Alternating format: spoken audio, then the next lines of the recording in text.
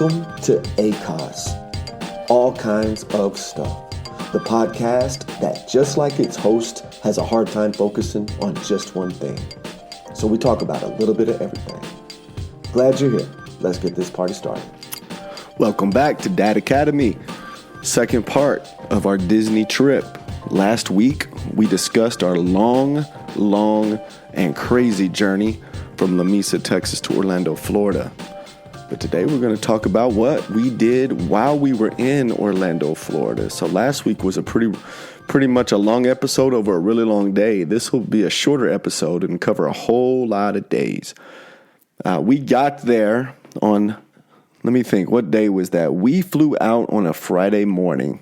So we got there, planned to get there at about 3:45 on a Friday. We ended up getting there between midnight and 1 a.m. because of the flight confusion. But Super Tony did get us there.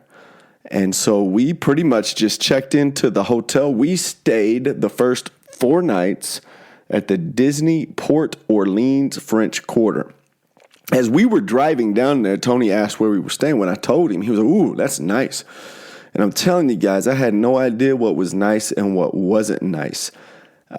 I planned this trip for a long time, but I waited to book a lot of stuff because I just got scared from like I talked about in the last episode, the different closures over the past few years for COVID. So I waited and waited. By the time I booked the Port Orleans French Quarter, it was hands down the cheapest, at least one of the cheapest ones. I don't remember when I did it, if it was the cheapest ones, but it was dang close. So I had no idea we were staying at a nice place. It was still just a hotel room. It was a great hotel room. It had 2 queen beds and a TV and a refrigerator and a shower. So it had everything we needed. They also had a little restaurant. They had a game room that the boys really enjoyed playing in. They got to play in that game room the second night because I spent half the night, almost the entire evening, once we got home, on the phone with Southwest. But that's the old podcast. We have moved on to the new positive podcast. So the second we got there, we got everything unloaded, and we got ready for our first day. Okay, so there's a lot of planning that has to go into a Disney trip. Now, Stacy has been many times. So she helped me in the weeks, months leading up to it, making sure I had some stuff taken care of. But, you know, she's been a lot, but even she has not been a ton since they changed all of the rules. And I got really, really nervous in the couple weeks leading up to it because you don't just have to have a ticket, you have to have a reservation. You have to have a ticket for a certain day, but you also have to have a reservation to the park on a certain day.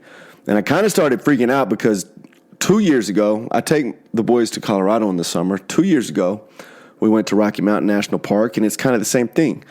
To get into the park, you have to have a ticket and a reservation, and I did everything right 2 years ago. You have a little time window. You can show up to Rocky Mountain National Park. We were good for that day. We went and hiked, and all was good. But last year, I thought I had taken care of everything. And then we got up to get into Rocky Mountain National Park, and I had bought a ticket, but I had forgot to do the reservation. So we didn't get to go in. Well, I started as it got closer and closer. I'm like, this is a little different than taking your tent in your car to Rocky Mountain National Park. I feel like I can drive. I know for a fact I'm going back to Rocky Mountain National Park next summer. So that wasn't a big deal. I don't know if I'm ever going back to Disney World. So I was really hoping I had done everything right. So we get there, we go to bed, we sleep. I got them up really early every morning. Okay, so Florida is an hour ahead. And then, of course, we had the spring ahead time change so that we actually lost 2 hours. So over the 6 mornings we were there, at Disney, I got them up at 7:15 Florida time. So that's 6:15 Texas time. And then when you lose that hour, that meant that they actually were getting up at 5:15. All right, so we were I got them up at 7:15. The system was this. Every night we took our shower. They would lay in bed and watch TV and get on their iPads. I would lay all their clothes out for the next day. I had a backpack that doubles as a cooler because Stacy has said you could take those in. And every night I would get that thing packed up. I would make sure we have our tickets. I would make sure we had everything we needed, our Magic Bands, and So the boys, I'd get them up, and literally I'd have their toothpaste on their toothbrush, their clothes out. They would sleepwalk, put their clothes on, brush their teeth. We'd be out the door. So the first 4 mornings was that. The last 2 at Universal, they actually opened their park earlier if you stay, because we switch hotels 4 days in. I'll get to that. So the last 2 days, I was getting them up at 6:30 Florida time, 5:30 Texas time. We walked an average. I averaged it up once we got home. We walked an average. I believe it ended up being an average of 9.6 miles a day. Hollywood Studios really knocked our average down, and I'll get to why here in a little bit. The first day, I believe we went 12, and then we kind of dropped down to 10 at Epcot, and then again, Hollywood jacked us back down. Magic Kingdom, we went back up into the 11s, and then anybody that's ever been to Universal Studios Islands of Adventure will be shocked and laugh at me for this, but we walked the most at Islands of Adventures. It ended up being 12.5 miles that day because I could not stop taking wrong turns. If you look at the map, it's a circle. But for some reason, because of where the Velocicoaster is in Jurassic World, I continuously made wrong turns all day. I never figured it out. Late in the day, Logan had been playing in one of those splash pads, and I had put our cooler backpack in a locker at the entrance, and he needed a new pair of socks, so they were sitting on a bench waiting on me. I bet it took me an hour to get to the entrance and back because I went one way going and another way coming back, and both times I went way further than I had to. I could not figure out the mysterious circle of Universal Studios Island Adventure. So we walked a lot. So the boys, even though it was a trip of a lifetime, trust me when I tell you, they got their exercise in. All right, so I've got my phone here, and I'm going to pull up the app so I can remember what we did at each park. So day 1, we get up and we go to Animal Kingdom. Animal Kingdom is half zoo, half theme park. Was pleasantly surprised. We lucked out every day with the shuttle buses. There's a spot right outside our hotel room. We could just jump on the bus. The only day we were going to have to wait was the day we went to Hollywood Studios, but I cheated the system and Ubered because why not? I'm spending a fortune already. I've already gone over budget on day 1 because I had to pay a guy to drive us all the way. And we walked out there that day, and the line was ridiculously long. And we had a purpose that morning of Hollywood Studios to be in line for Rise of the Resistance before everybody. So I couldn't stand in that long line to get on the shuttle. So I Ubered us that day. But, okay, I keep getting out of order. So Animal Kingdom, day 1. So there's a ride pretty much at every park that you got to pretty much rush to because Disney has a thing called Genie Plus. And, of course, I paid for Genie Plus for all of our tickets each day. And Genie Plus allows you to schedule certain rides so that you don't have to wait in line. But at every park, there's specific rides that don't take Genie Plus. And they want you to spend an additional $15 per person on those rides to get yourself in the lightning lane. Well, for Animal Kingdom, I didn't quite understand how all of it worked yet. So I was like, this will be a good day to figure it out because they don't have many rides. Now, going in, I will tell you the ride that I was looking most forward to was shut down. I was really looking forward to Expedition Everest. If you'll YouTube Expedition Everest and you like roller coasters, you will see why I was looking forward to it. But also, I've wanted to climb Mount Everest since I was a little bitty kid. And that's probably the closest that I'm going to get. And, so I knew it was close. So the only other big ride at Animal Kingdom is called Avatar Flight of Passage. And so we're staying on the Disney Resort. So we get to get into the park 30 minutes early. So we're there, and we run with everybody else that's getting there early to go stand in line for Avatar Flight of the Passage. I'm looking right now at the wait times. Even today, it's a 60-minute wait. But we got in line pretty good. And the thing about 99% of the lines at Disney is rarely do the lines stand still. You're almost always moving. And the queues for the lines are just impressive. The Avatar one blew me away. It was honestly like you were in the movie. And so we zigzag our way in the very first ride. So our very first ride of our very first day at our trip to Disney World / Universal was Avatar Flight of the Passage. Flight of Passage. So here's the thing about me. I'm very claustrophobic. And I forget I'm claustrophobic. I always remember I'm claustrophobic, but I forget how much theme park rides freak me out. We were at Six Flags when I lived in Fort Worth one day, and we got on the Judge Roy Scream with Hayden. And they clamped that bar down on you. Well, Hayden was nervous, so he pulled it down an extra notch to the point that I am completely pinned down to the seat. And I'm trying, and Hayden's nervous because he's never been on a big roller coaster. And that day, he would call the Judge Roy Scream a big roller coaster. He's nervous, and all of a sudden, his dad, who's supposed to be the mature one, is literally freaking out, like waving at the workers to come either loosen this bar or let me out. And there's a guy 3 cars down that can't even get in the car. So once the ride starts, I'm good. But that short little time where I sit there and I am pinned and I cannot move, I am not a very patient person. Well, I'd forgotten about that till I get on Avatar. Now, Avatar is one of those, I guess you would call it 4D rides. You do move, but you don't. It's not a roller coaster. You pretty much stay in one general location. But you're on the back of, I don't know what you call them in Avatar. They're basically dragons. And so when you sit on the ride, you're basically sitting on what is if you were at an arcade, it'd be like sitting on one of those motorcycles. But right before the ride goes, they clamp your legs in. And that's my claustrophobic area, waist down. And man, when they clamp my legs in, I'm good for about 2 seconds. But like always happens, somebody in one of the little places next to me is having trouble getting everything. So instead of just clamp in, let's go, because once the ride goes, I'm good, it's clamp in and freak out for 2 to 3 minutes, probably closer to 30 to 45 seconds, but it felt like 2 to 3 minutes so they could help these other people get set. Once we started, I was good.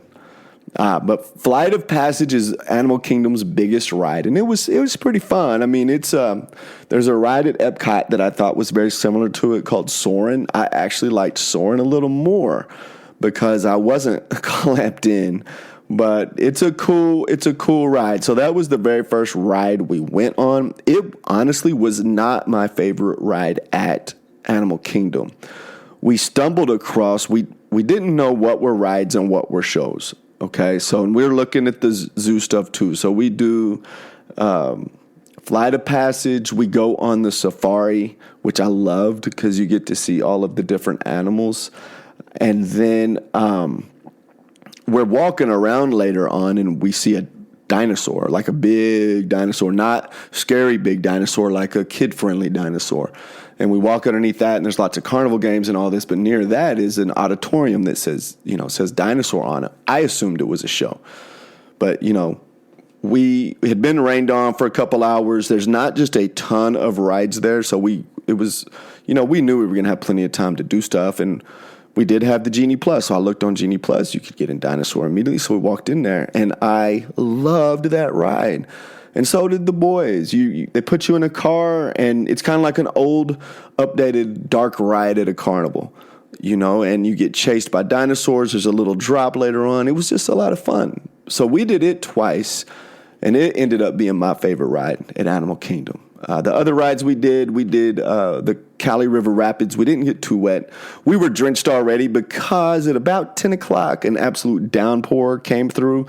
And even though we got under cover, we were walking in ankle-deep water for a solid 2 hours, so we were drenched already. So it didn't get us too wet. We could only ride the Avatar ride once because the line was so long. We did Dinosaur twice. We did the Safari once. We sat in probably what was one of my favorite shows of all the days we were there, Feathered Friends in Flight, which is kind of a take on Up, but they had all kinds of birds that just flew right up to you. That was pretty awesome. And then we also saw a show called It's Tough to Be a Bug, and Hayden hated it because the seat moved behind you like there was a motor in it that made you think there was a bug.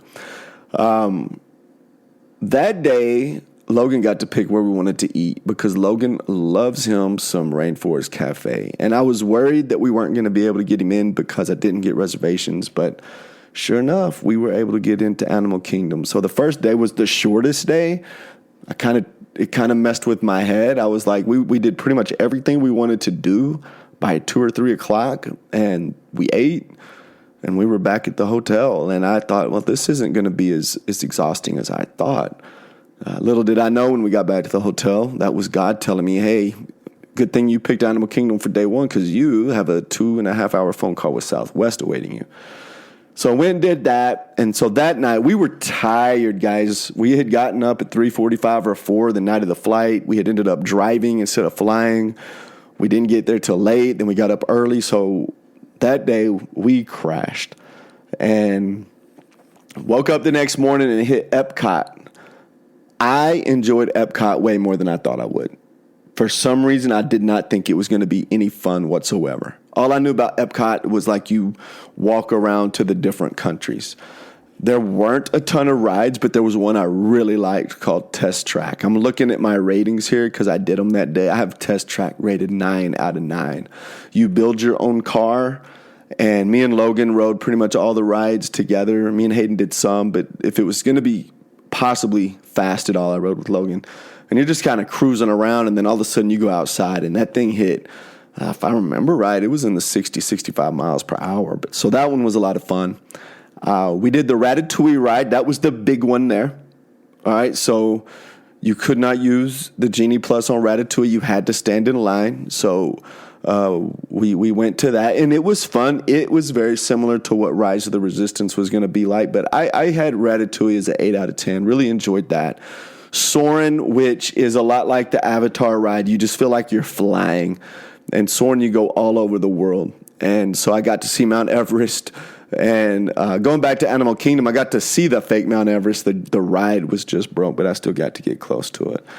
And then we did, Hayden did Mission Space. I did not do Mission Space because I had read that it is the most claustrophobic ride in all the parks. And I'd kind of had a little freak out with Avatar. And I was like, I can't start the second day with a freak out as well. So Hayden did Mission Space. Me and Logan did other stuff. He loved it. And then we had to do Spaceship Earth. Spaceship Earth is just a kind of very slow historical ride about pretty much the way that the world has made their space travel. But it's what's in that giant egg dome thing. And I was like, we did it at the very end. I was like, boys, we can't come all the way to Epcot and us not know what's in that giant ball. So we finally did that. Epcot was my worst meal, and it was the one that I had planned. So Disney has table service and they have quick service. Well, I was trying to do this trip right. So I was trying to get some reservations at some table service. And so this was the night, Mexican food night. It was the worst meal. The quick service places at the other parks were so much better than this. I got a chili relleno. It was okay. The boys liked theirs. They got tacos, but other than the chips and sauce, it was hands down my least favorite meal. But then we watched the fireworks, and they were great. So that was a long day. So that was, like I said, we got there at the time we can get in the park, which is right at 7:30, and we stayed until the fireworks were over. So we got back to the hotel that night, probably 9:30 or 10, immediately crashed because the third day was the day I'm not going to lie, I was looking most forward to. Hayden was looking most forward to. That was our Hollywood Studios day. Now, we are all big Star Wars fans. Hayden more than Logan. But Logan likes it. But Hayden's a Star Wars nuts. And so we knew that we were very excited to see Galaxy's Edge. And so we had no trouble getting up, ready to rock and roll that morning. When we walked down to get on the shuttle, that was the first day the line to get on the shuttle was astronomically long. We were trying to get to the park as soon as it opened because they have the Star Wars Rise of the Resistance ride.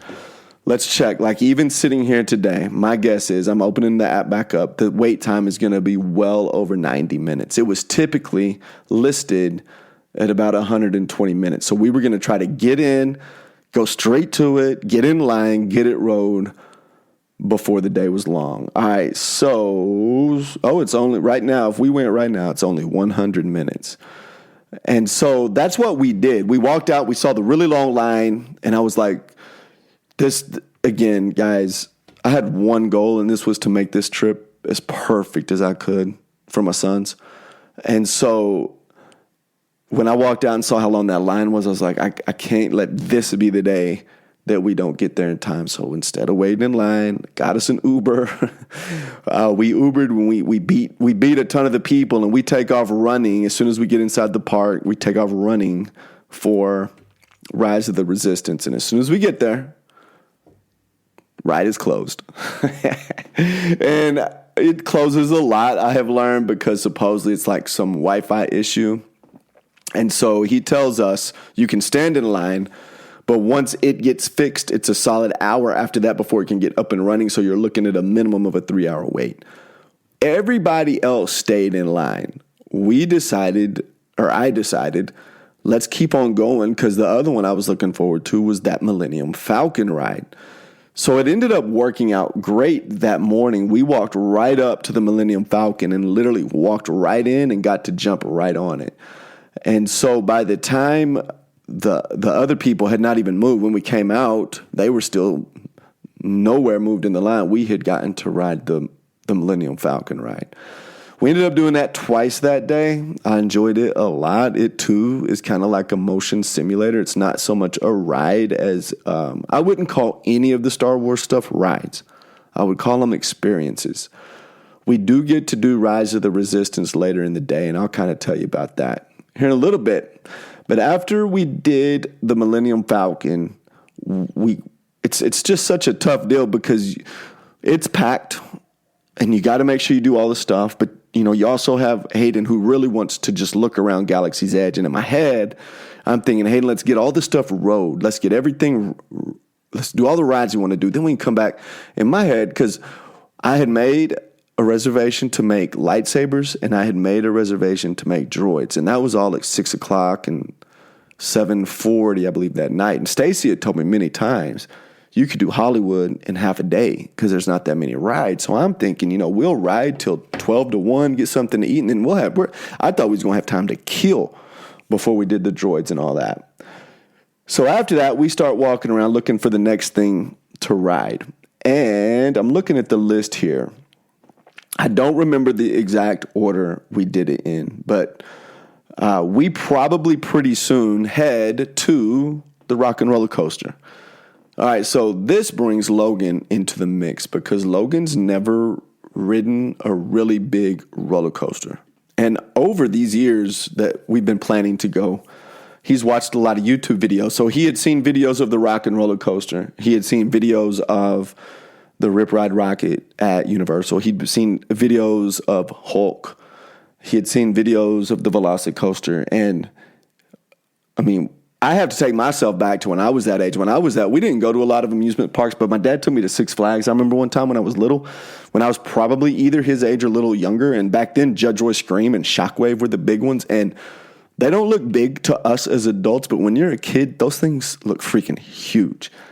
And so, going into this trip, and I don't remember if I talked about this or not, but I wanted to be a good dad in this deal.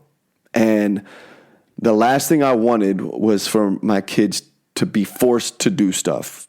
But at the same time, I didn't want them to go all the way to this magical place that we may not ever go back to and come home with regret because they were too scared to ride stuff. So I really thought Logan went into this whole deal.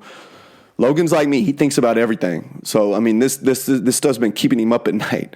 But he went into this with a really good frame of mind. He wasn't guaranteeing he was going to ride everything, but he was going to ride at least 2 rides that he thought were too scary for him. Well, for whatever reason, he really never even came close to talking himself out of Rock and Roller Coaster. I think part of it is because if you've never been there, the Rock and Roller Coaster is completely inside. I think it's probably every bit of a big of roller coaster as some of the ones he doesn't ride later, but you just don't see it. And it's a really cool cue. You see Aerosmith in the studio, and the only time he started getting scared was when he could finally see. The only part you can physically see is when you take off. And so I don't remember what it is, but I think you go from like 0 to upper 50s or low 60s in like 2.8 or 3.8 seconds, which I like because I'm going to tell you right now, the thing about roller coasters that I never liked was that long going up real slow. probably one of the reasons I don't like it is because with my dad, we got stuck there for like an hour one time, and I hated it. But if you're going to blast me off and I don't have to work, once I'm going, I'm great. So I was all fired up about not having to do the long climb. But it just worried Logan to death. But props to him. He didn't talk himself out of it. We got on that thing, and I loved it, and he had an absolute blast. So the Rock and Roller Coaster was probably... Again, the Star Wars rides were more experiences than rides. I would say the Rock and Roller Coaster, I'm pulling my stuff back up to see what I ranked it, but I would say it was one of my top 2 rides at Hollywood Studios. It was a lot of fun. I had it rated 9 out of 10, so yeah, I had it up there pretty high. At some point after that, the Rise of the Resistance was open, but it was an hour and a half to 2 hour wait, so we were trying to think of all the rides we wanted to do and then where's going to be the best spot to fit that in at. And we're huge Muppet fans, me, Hayden, and Logan. Huge. We've seen them all. I remember the Muppet movie from when I was a kid. The boys have sat through the Muppet movie. They have sat through the Great Muppet Caper. They have sat through Muppets Take Manhattan. They've gone to the 2 newer ones. We've watched the Muppet Show. We are huge Muppets fans, and there's a little section of Universal that is often closed. In fact, I'm looking at it right now, and it's closed right now. But we got lucky, and Muppets 3D was open. And Muppets 3D was a show, and it was hands down. I have it rated 10 out of 10 on this, and I know we're partial, but it was greatness. The 2 old men were sitting in the balcony making fun of everybody. Fozzie was there. Gonzo was there. Kermit was there. Miss Piggy was there. Scooter was there. It was old Muppets, new Muppets. It was great. And it was in a cool Muppet theater. And afterwards it was over, we went over to Rizzo's Pizza and ate Muppet Pizza. So that little span of time was pretty perfect. And then we're getting close to about 11:45 because we wanted to go watch the Indiana Jones Stunt Spectacular because, again, Logan had seen a lot of these videos on YouTube, and one day we were sitting over here, and I had seen that video, and I was like, man, we got to do that. So we ran to that, and after that, we decided, all right, here's our window to go to Rise of the Resistance. All right, so it's about 12:30. Yeah, a little before 12:30, and we're thinking we can go to Rise of the Resistance, and then after that, we can go hit up Tower of Terror, maybe get in line for Slinky Dog Dash, which we end up not getting to ride because that was the only one that's line was also too long, and then we'll be done in time to do the droids, do the lightsabers, eat, have a very relaxing night. All right, so we get in line, and we're not even near the queue. All right, and this is the first really crowded, hot day. We're way far back, but, I'm going to trust Disney on their times. In fact, on most of the wait times, the wait time listed's actually longer than the wait time. So I'm trusting it, and we get in line at 12:30. All right, long story short, we ride Rise of the Resistance.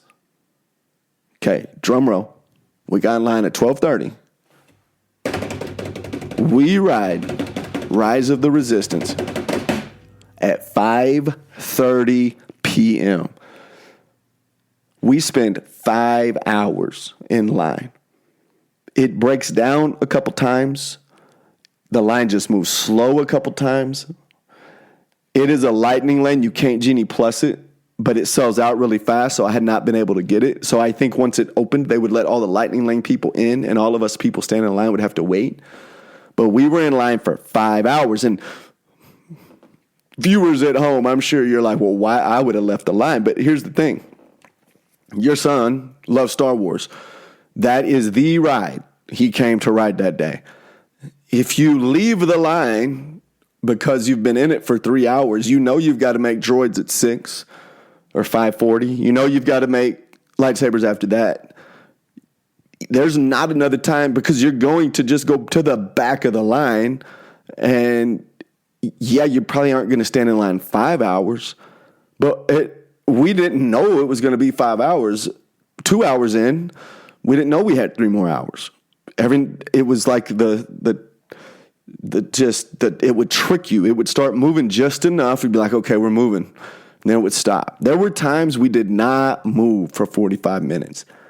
And I'm not going to lie, again, I'm worried the whole time that my sons are not going to get to do one of the main things we went to do. And again, I'm not counting on us just whipping back up to Orlando anytime soon.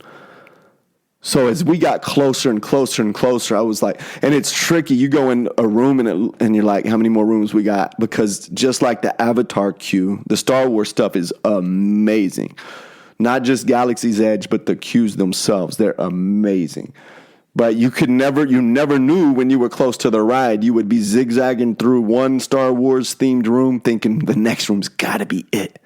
Then you'd get in there, more zigzags. And you'd be like, the next one's got to be it. More zigzags. And so when we finally got close, at that point, I was like, don't break down, don't break down, don't break down, don't break down. And we finally got to ride it. And it was really fun. Was it worth 5 hours standing in line? No. But am I glad we rode it? Heck yeah. We walked out of there. It was fun. Again, it's if you ever go, I don't want to spoil it. It's different than anything I'd ever been on. It's an experience. You get to there's so many people that play roles within that ride. It's almost like you're a part of a small play more than you are on a ride. But it was a good time. So that ended just in time for us to grab a quick bite and then go make droids, which I loved. You get to pick between making an R2 unit and a BB-8 unit. Both of my sons picked R2 units, but you get to go and assemble it and pick the pieces and pick the colors. You get to screwdriver it together. It comes with a remote control. You can put a personality chip in it. I thought that was really neat.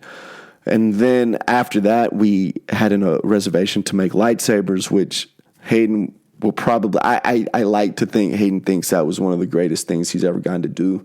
It's more of a ceremony. It was sold out way in advance. I had gotten those reservations like 60 days in advance. And so you go in there and, there's an actor playing a Jedi that talks about how important they are. You pick your hilt, you pick your kyber crystal color. There's a whole, they put it in for you and then you all light them up at the same time. It's about a 25-minute, really cool deal. So after that, I had got reservations to go into Ogus Cantina, which are really hard to get. I thought that you could eat there. It is a bar. No, I did not buy my two sons an alcoholic space-age Star Wars drink, but we still got to go in. They got to walk around it. We were in there real quick because, again, guys, we had all this time to spare, but it got sucked out because of the 5 hours sitting in line. So all of a sudden, we're rushing around trying to do everything. And they had their blue milk early in the day. So yes, they had their blue milk. And I thought we were done, but Stacy had pulled a rabbit out of the hat because the one other ride I really wanted to ride was Tower of Terror. Not because I like those kind of rides. I just love me some scary stuff. And if you've never seen Tower of Terror from the outside, the aesthetic of it is just perfection. It looks haunted. It's tall. It's a Twilight Zone, themed ride. So we got to get on there. It was dark by this point, and I'll be honest, it was not my favorite ride, but it was hands down my favorite riding experience because the place was haunted. Logan was a little scared. Hayden was a little scared. But they were also fun scared. They weren't scared. They were fun scared, and just the different little ghosts that are popping out and the way the thing moves. That was a blast. And I don't usually like drop rides, but I had a blast on it, mostly because of the way it was themed. And that's the way that our Hollywood Studios day ended. So other stuff, I think I said it all. There was another Star Wars themed ride called Star Tours. It also broke down on us, but they fixed it pretty quick. But we didn't ride many rides that day. Rise of the Resistance, I had ranked a 9. Muppets 3D was a show. I had it ranked a 10. We got to do the Millennium Falcon twice. I had it as a 9. Tower of Terror and Rock and Roller Coaster, I had both at 10s. I had the Indiana Jones show at an 8, and then I had Star Tours at an 8. So even though we didn't get to ride a lot, it was a perfect day. And that's what, the boys kept wanting to talk about having to stand in line for 5 hours. But I told them, I was like, you take away the 5 hours, we still did everything we wanted to do that day. Would I volunteer to stand in line for 5 hours again? No. But would I trade that day? Absolutely not. It was a lot like the Uber ride. I didn't plan on that. I didn't want to do that. I'd have much rather got there early. But would I trade it looking back? Probably not. All right, so the last day at Disney, we sleep that night. We get up again early. We're changing hotels this day, so I have everything packed up while they're still sleeping. I take it down to the front desk. They have a place that can watch it. And we head to Magic Kingdom. And I'm not going to lie, the Magic Kingdom day was probably my favorite day. We probably will never go back because my sons are honestly too old for most of the things at Magic Kingdom. But I don't know that I would want to go back because I don't know that you can replicate that first trip to Magic Kingdom. And as much as the other days had not worked out like we wanted them to, Magic Kingdom did. Like it was a perfect day. It was a full day. We went straight to the Buzz Lightyear ride when they opened. I had been able to use Genie Plus. The two most popular rides there are Buzz Lightyear and Space Mountain. You're going to stand in line a long time for Pirates of the Caribbean, but the Space Mountain one is the longest line, and I was able to use my Genie Plus on that, which meant we were going to be able to skip the line, but it wasn't scheduled until, I believe, 10 in the morning. So we went straight to Buzz Lightyear. And then we went over and did Space Mountain, which I loved. It was hands down my favorite ride at Magic Kingdom. I have it ranked at 10. Logan had watched videos of rides that are not like exciting rides at all. But over in Tomorrowland, they had one called the Carousel of Progress, which you should YouTube because Walt Disney built it long ago for the World Fair. And it's an animatronic-based show. We loved it. And I don't think many young kids, and that's what I love about Hayden and Logan, I don't think many young kids would even give it a chance. We ended up doing it twice. We did it then, and then we did this ride called the People Mover, which is also just kind of you ride around and look at stuff. Not a show. You're actually outside looking at stuff, but there's nothing ride about it. You're just chilling. But we did both Carousel of Progress and People Mover at the beginning of the day, and then at the end, we had a few minutes to spare, and we all, out of every ride there, all three of us were like, you know what we should go do? We should go do People Mover and Carousel of Progress again.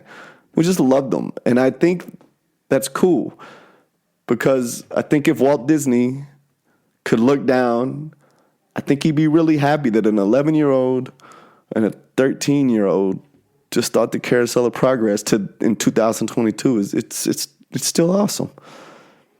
So we also did other rides. What else did we do? We did the Tomorrowland Speedway, which is like kiddie cars. You go like 1.5 miles per hour. So we had done Test Track and Rock and Roller Coaster. That was a bit of a, I would not use the word letdown, but it was not the adrenaline rush that the other ones were.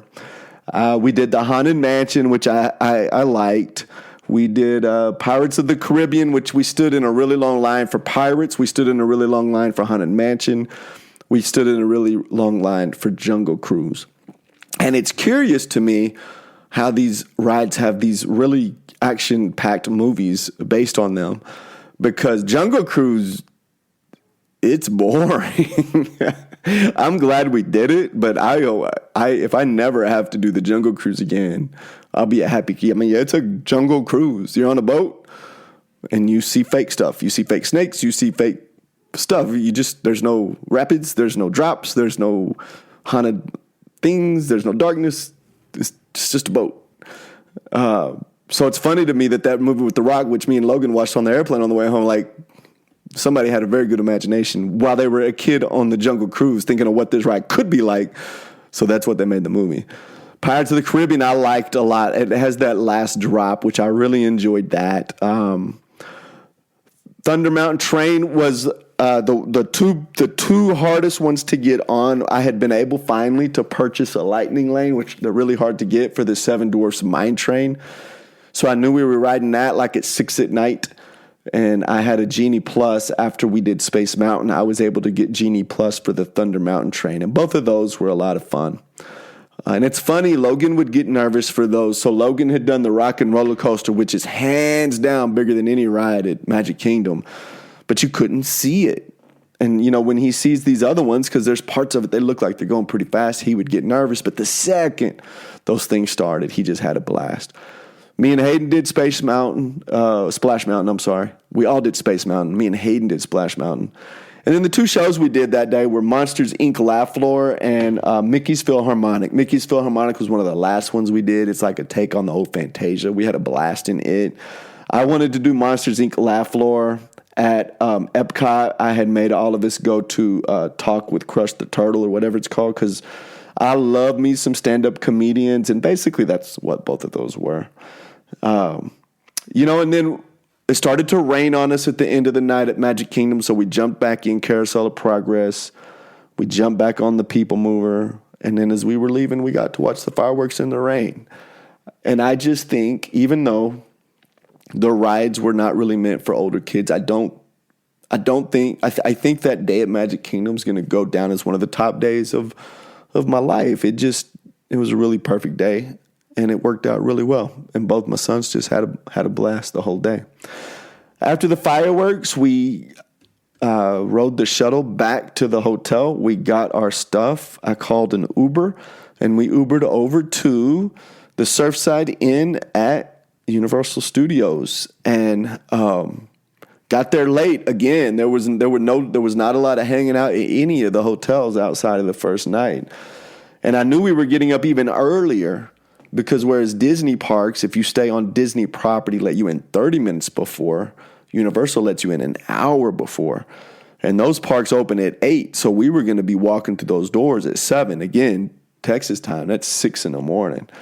So we got there. They had a little restaurant downstairs. I got the boys a small bite to eat. We went upstairs. I didn't want them to overly unpack because we had that night.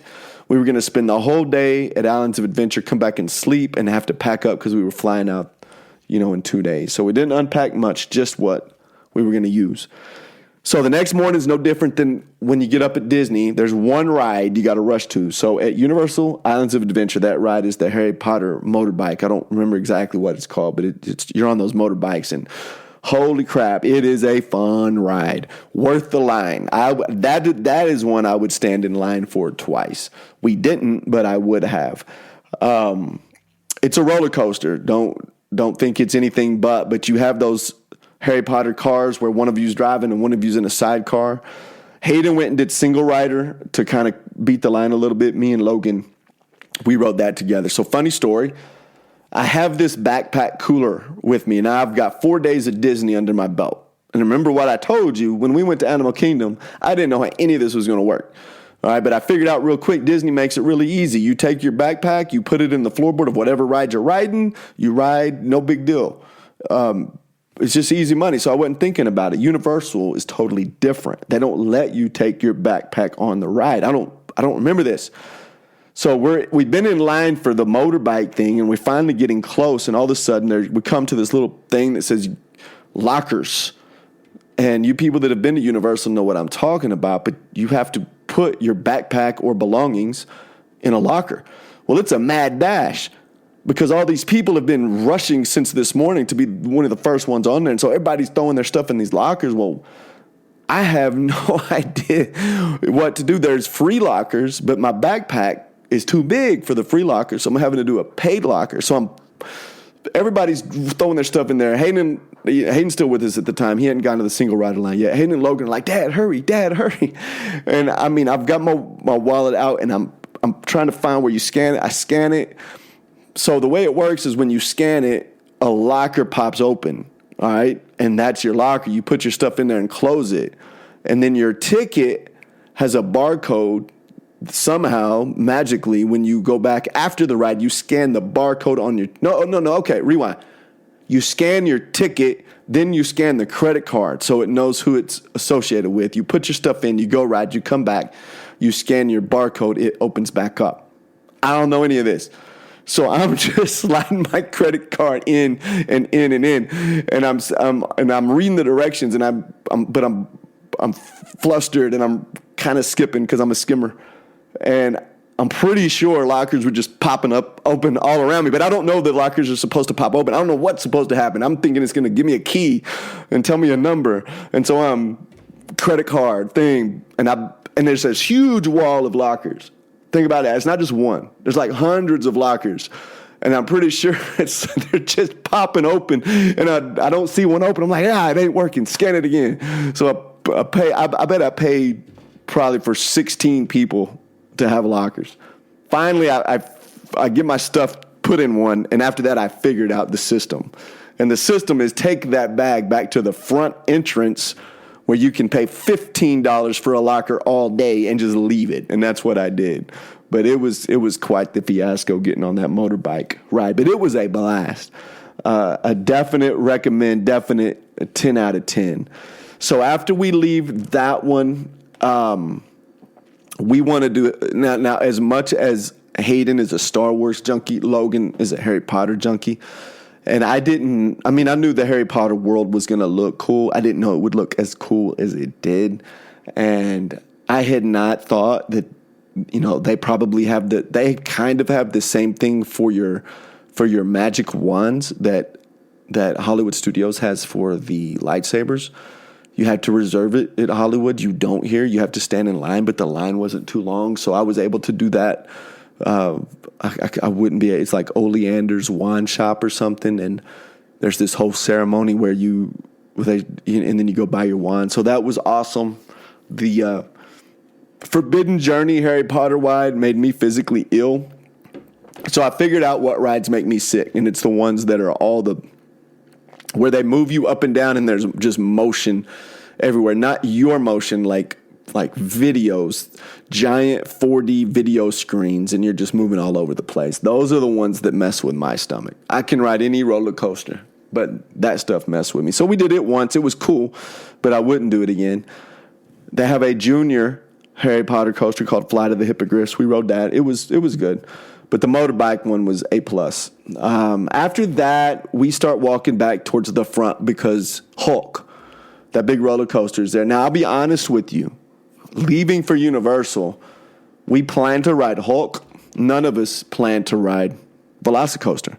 It just looked too big, and again, I wasn't going to force them. Stacy has been recently, and she said that the Velocicoaster was one of the best rides she's ever been on. But if Logan and Hayden would ride Hulk, I was going to call it good. And so we start walking towards Hulk, and that one was hard on Logan because, again, rock and roller coaster, he couldn't see it. And he became what I didn't want it to be. He became stressed. We were walking towards it, and I know he wanted to ride it, and I know he could have rode it. If he'd have rode it, he'd have loved it. But as he got closer and closer, you could just tell it was becoming not a vacation. It was becoming something he didn't want to do.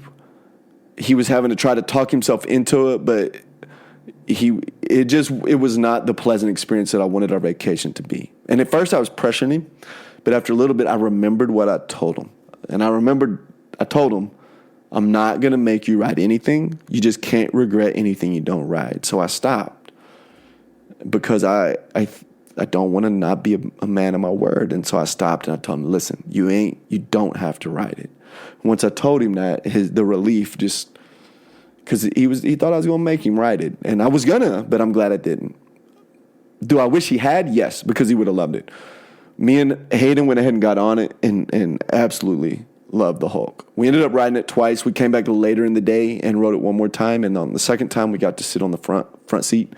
And I thought that was awesome. Again, it's a roller coaster that blasts you. If you can blast me all day long, I don't have time to sit and think about being clamped in. I sit in and you blast me away. I thought the second time we rode it, Logan was about to talk himself into getting on it, but he didn't. And he ended up not riding the Hulk. But we went from there to the Spider-Man ride, which I really liked. We then rode over in, I think, a cartoon land that had something called Ripsaw Falls, which is basically the same as the Splash Mountain at Six Flags. And it was funny, Logan didn't want to ride, this goes to tell you it's all about presentation. He didn't want to ride Splash Mountain because it was designed as a crazy ride. I wouldn't use the word scary, but it was designed as a crazy ride. Ripsaw Falls, I think, is the identical ride, but it is designed all based on cartoons. And because Logan saw cartoons, he was like, yeah, I'm going to ride that. And he loved it. And I told him, this was identical to Splash Mountain, but it just goes to show he couldn't see Rock and Roller Coaster, so he rode it. He thought this cartoon presentation was friendly, so he rode it. He could see Hulk, and it was just gigantic, and I can't blame him, so he didn't.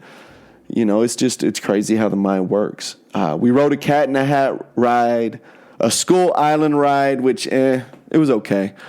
And then after we rode Hulk that morning, Hayden said, I think I want to try to ride the Velocicoaster. And I'm not going to lie, if he hadn't wanted to ride it, I wasn't going to ride it. It looked big, even to me. But I also told him when we went, if you choose to ride something, I'm going to ride it with you. So I had no choice when Hayden decided he wanted to ride it. So we go mid to early afternoon, and we get in line for the Velocicoaster. And again, we had express passes, so we had not had to stand in line for Flight of the Hippogriffs. We had not had to stand in line for Forbidden Journey or for Hulk or for Ripsaw Falls or for Spider-Man. We just roll right to it. The only two we could not use our Lightning Lane Pass, Express Pass, was for the Harry Potter motorbikes, which that's why we went there first, and then the Velocicoaster. So we have all this time to think about Velocicoaster. And if you haven't seen a picture of the Velocicoaster, you need to look it up. If I read it right, it's the tallest roller coaster in Florida. And it is big. And the queue for it was my favorite of all of them. They do a great job. There's fake raptors there. Chris Pratt has a little thing. They get you fired up. Well, about 45 minutes into standing in line, the rain hit. So they shut every ride in Universal down. And it worked out because we were covered. While everybody else was getting drenched, we were covered.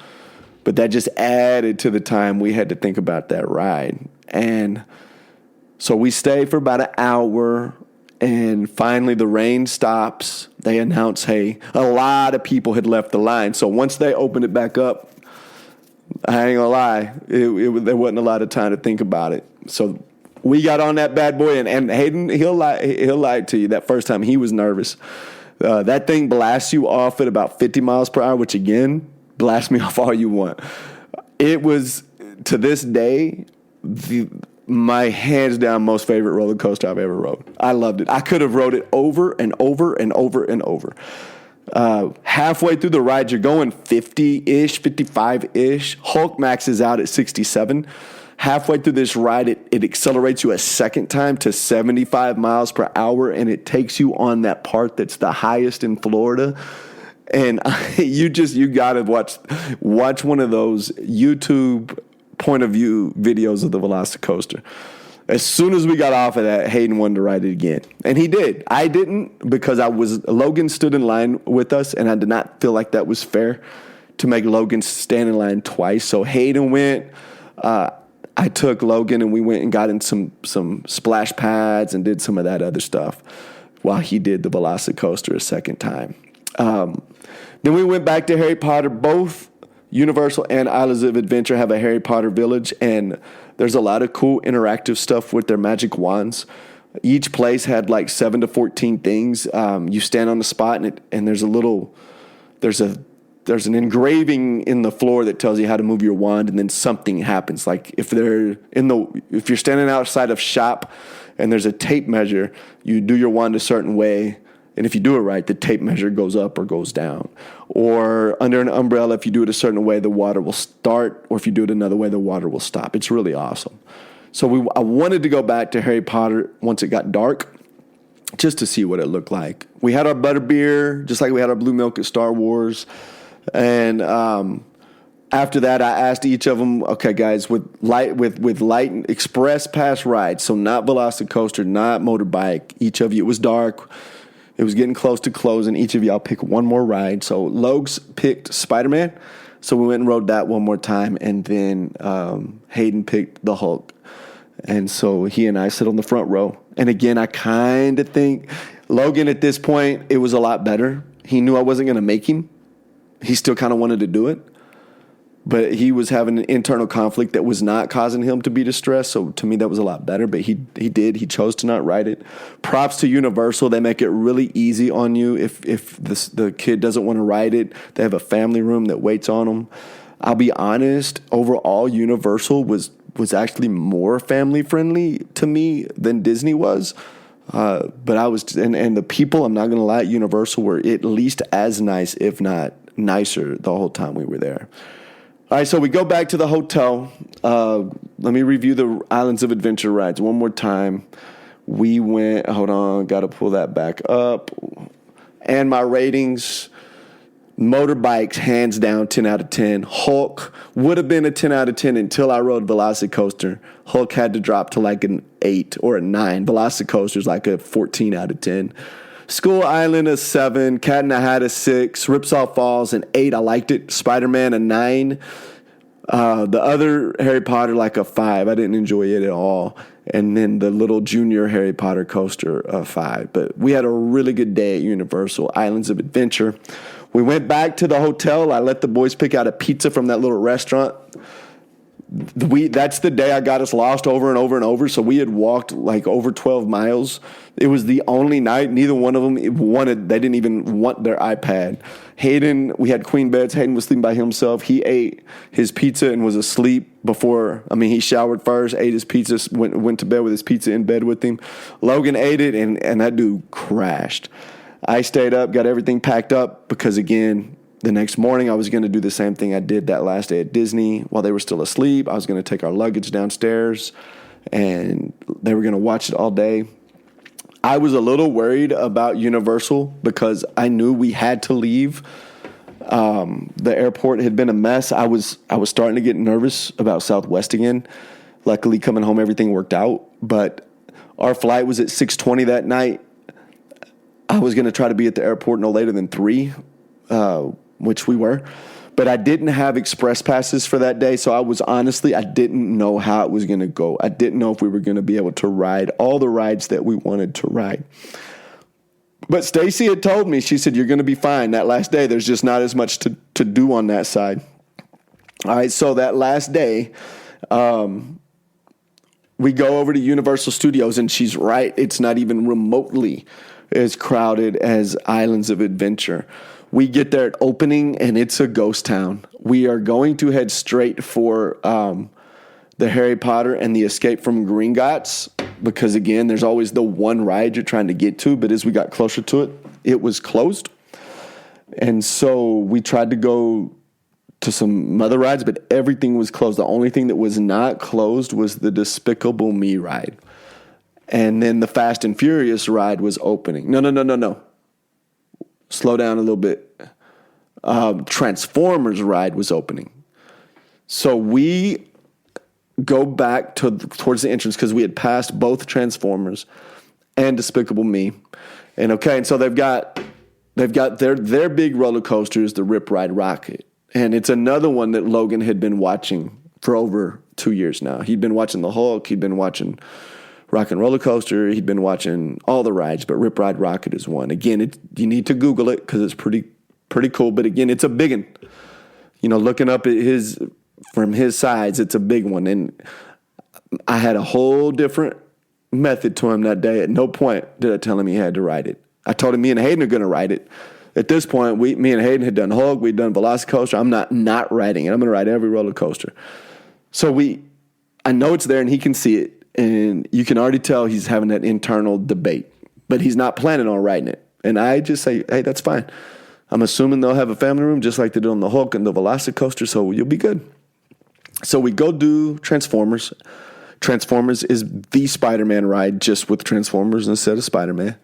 And then we went to Despicable Me. We hit both of those before, it had even been busy at all. And after that, I tell Hayden, hey, because now you're getting close to regular park opening time. And I'm like, let's go knock out the Rip Ride Rocket. Because I'm looking at a map, and fortunately, I didn't get us lost that day.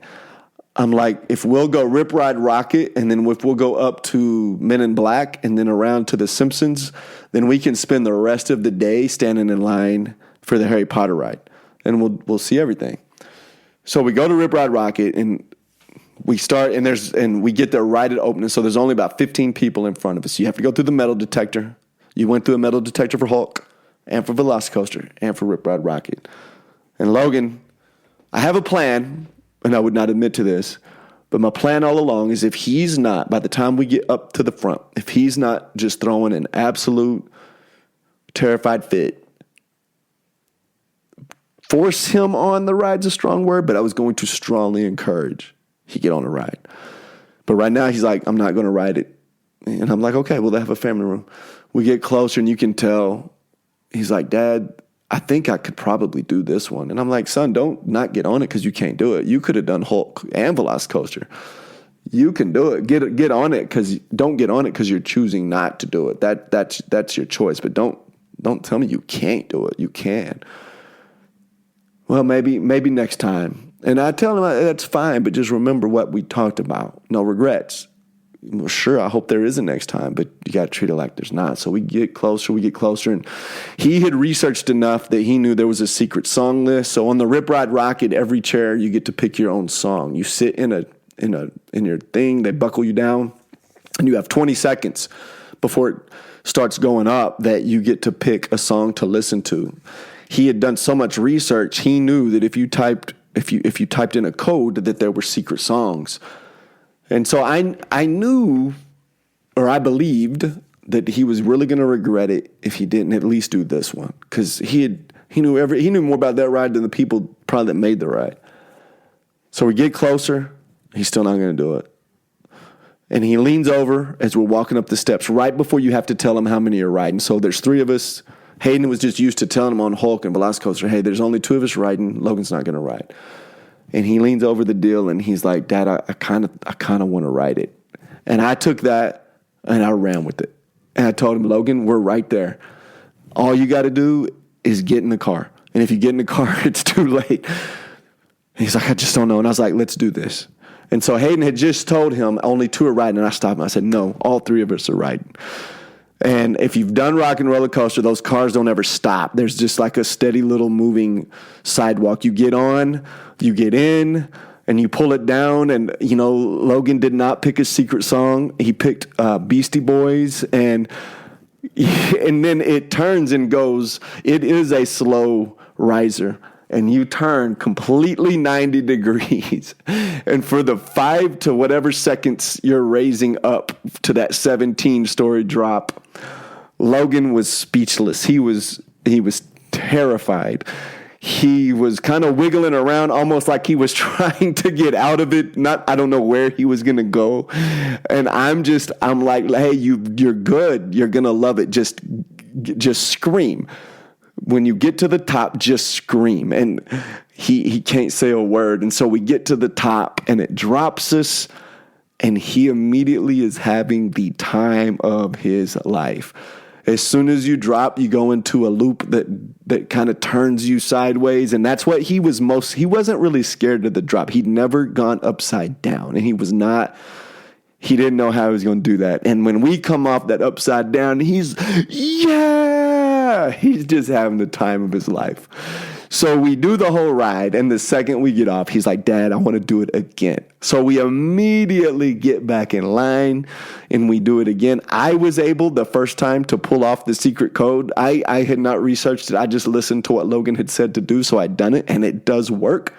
For anybody that wants to type in the secret code at the Rip Ride Rocket, let me know. It does work. I typed in 106, which is Lose Yourself by Eminem. I only did that because that's the only code Logan remembered. The second time Logan wanted to, they were late buckling him in, and so it takes 10 seconds to get the code thing activated. He got it activated. He got 3 of the numbers typed, and right before he pressed enter, it started on the incline, and it cut him off. But he was able to access the secret code panel, which we'll call that a victory. So we did that twice, and I was so proud of him. I was proud of Hayden the day before because We go back to last summer. I took the boys to Wonderland, which is just a little bitty place in Amarillo, Texas, and they have a double looped roller coaster that my guess is probably pretty dangerous because it's in Amarillo, Texas. And he had talked himself into doing that, and that was the biggest hands down roller coaster he'd ever done. But it doesn't touch Rock and Roller Coaster, Rip Ride Rocket, Hulk, the Harry Potter motorbikes, and it sure don't touch Velocicoaster. And Hayden had zero hesitation. So I was already proud of Hayden because that's hard to do. But I was just so proud of Logan because I promise you, if he'd have come home and not done any of those big roller coasters that he had watched videos of for years, I think he would have regretted. He told me, Dad, I'm not going to regret it when he hadn't rode the Hulk. And I agree with him. Maybe not. But he knew everything about all those rides. And so for him to ride the Rip Ride Rocket twice on the last day, after that, we could have gone straight to the airport. That day was a success. I was just so proud, and he loved it. And so now, of course, my goal is, I said this is a once-in-a-lifetime trip. Now I'm figuring out, okay, I got to get him back to Universal so he can ride the Hulk. Because if you can ride Rip Ride Rocket the Hulk goes 67 miles per hour. Rip Ride Rocket goes 65. He's got this. So after that, we do Men in Black twice. It's okay. We do Fast and Furious. Didn't care for that. We finally get to the Harry Potter Escape from Gringotts. We've done everything else. The Simpsons ride was just like the Harry Potter Forbidden Journey that made me sick. The Simpsons ride made my stomach hurt the most of all the rides. Harry Potter was second because it's just motion and a giant screen in front of you that really messes with me. But after we did that, we went and stood in line for a really long time to do Harry Potter and the Escape from the Gringotts, but it was very worth it. Fun ride. I would definitely highly recommend that. Got him some butterbeer ice cream that day. We ate lunch. We did every ride that we could possibly do. We ended with E.T. because how can you not ride? I bet E.T. is one of the oldest rides there. But how can you not ride E.T.? So we had done everything we needed to do. We had time, and we were like, let's go ride E.T. So we went and rode E.T. And there was two ladies in front of us that are Universal Studios regulars, and they said we ride E.T. at least 25 times a week. This is our favorite ride. And so that's how we ended it. And we got to the airport. I won't get into that, but we laughed and watched movies on the planes, and the flights all worked out. There was a bit of a delay, but no cancellations. We ate dinner at the airport in Florida before we flew out. I thought both boys would crash. Hayden did. Logan did not. Logan wanted to watch Jungle Cruise, so we split headsets and watched Jungle Cruise. We got to Dallas with the delay, and we went to Chili's and ate dessert. And just laughed. I was telling somebody, we laughed. We had a great week, but I think we laughed more in those last few hours than we did the whole trip. We finally landed in Lubbock well after. It was close to 12:30 at night. The baggage showed up. It was just after everything went wrong everything went right coming home. Pulled up to their mom's house about 1:15 in the morning, dropped them off, and then drove my hour back to La Mesa and crashed. Krista texted me the next day and said that they slept till noon, but she said she couldn't get them to stop talking. When they came in, she said Logan just would not stop talking about how much fun he had had and all the stuff he had done. Okay, that was a really, really, really long podcast, but I was going to split it into different days. I just decided to talk about the whole thing. I'm telling you, it was a trip of a lifetime. My plan now is I don't know that I'll ever go back to Animal Kingdom. I don't know if I'll ever go back to Magic Kingdom. I will return to Hollywood Studios and Universal. And I'm kind of already thinking, you know what? It wouldn't cost near as much if I can get this paid off. We could take like a long weekend, fly, knock on wood, fly, and the flights work. Get down there, spend one day at Hollywood Studios, and not have to, when it's not so packed and the ride works, and not have to stand in line for Rise of the Resistance for a whole 5 hours. We wouldn't do the lightsaber and all that again, but we could do everything there because that was a great place. Rock and Roller Coaster again, the Millennium Falcon again, spend more time looking around, probably do Tower of Terror again. And then, so like if we flew out on a Thursday, do that on a Friday, then go over and do Saturday, do the Park Hopper. So you can go both to Islands of Adventure and Universal Studios and do the Rip Ride Rocket again. Tell Logan, I will make Logan get on Hulk this time, and maybe even the Velocicoaster. But I do think there's a chance I'm going back at some point. So I will tell you all what a trip. Next week, or the next podcast, I'm going to have Hayden and Logan on here. It'll be the shortest one. Like I said, I don't like to have the boys in my house and spend all time doing podcasts, but we will do it, and we'll talk to them a little bit. That was our trip of a lifetime. Thank you for listening to Dad Academy. You guys have a great week. You have been listening to ACOS Podcast, All Kinds of Stuff, with your host, David Ritchie. And I sincerely want to thank you for stopping by and giving us a chance. The music you hear now and the music you hear at the beginning of our podcast was done by my 13-year-old son, Hayden Ritchie. And everything I do is inspired by not just Hayden, but my other son, Logan Ritchie, as well. You can find me at Twitter at ACOS Podcast. That is capital A, capital K, capital O, capital S, capital P, and everything else is in little letters. At ACOS Podcast. Feel free to follow me, reach out with any questions you have. Have a great week. Thank you for listening.